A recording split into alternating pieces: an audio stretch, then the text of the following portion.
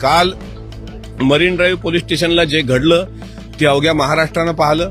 Marine drive police स्टेशनचे ठाणेदार शिवाजी पिंगळे, माझ्या माहितीप्रमाणे त्यांचं नाव, त्यांनी साधारणपणे सर्व आमचं प्रकरण समजून घेतलं. तिथे कायदेशीर सल्लागार सुद्धा आमदार रोहित पवार यांच्यासोबत त्या ठिकाणी सहभागी होते.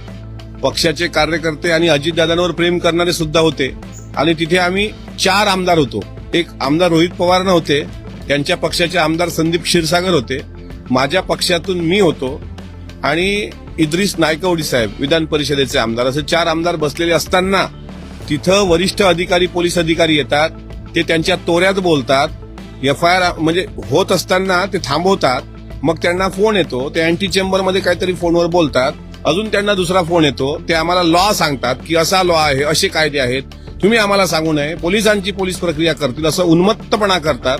आणि त्यानंतर तिसऱ्या फोन नंतर ते परत त्या चेअरवर बसतात आणि आम्हाला म्हणतात की आम्ही FIR घेऊ शकत नाही, तुमची तक्रार आम्ही घेतो. तक्रार 48 तासानंतर आम्ही सांगू तुम्हाला काय करू या तक्रारीवर.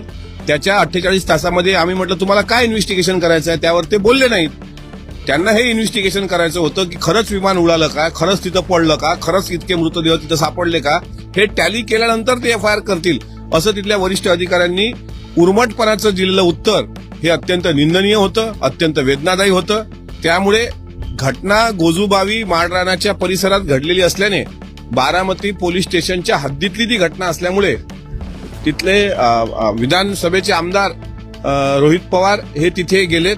त्यांनी कालच सांगितलं होतं की बारामतीला शेवटी मग आता इलाज नव्हता, यांनी FIR घेतला नाही म्हणून ते तिथे गेलेत. त्याच्यामुळे त्यांची रीतसर तिथे FIR केल्या जाईल, अशी घेतलाही जाईल आणि केल्या जाईल अशी अपेक्षा आहे. सत्यकेतू मराठी, आवाज सत्याचा.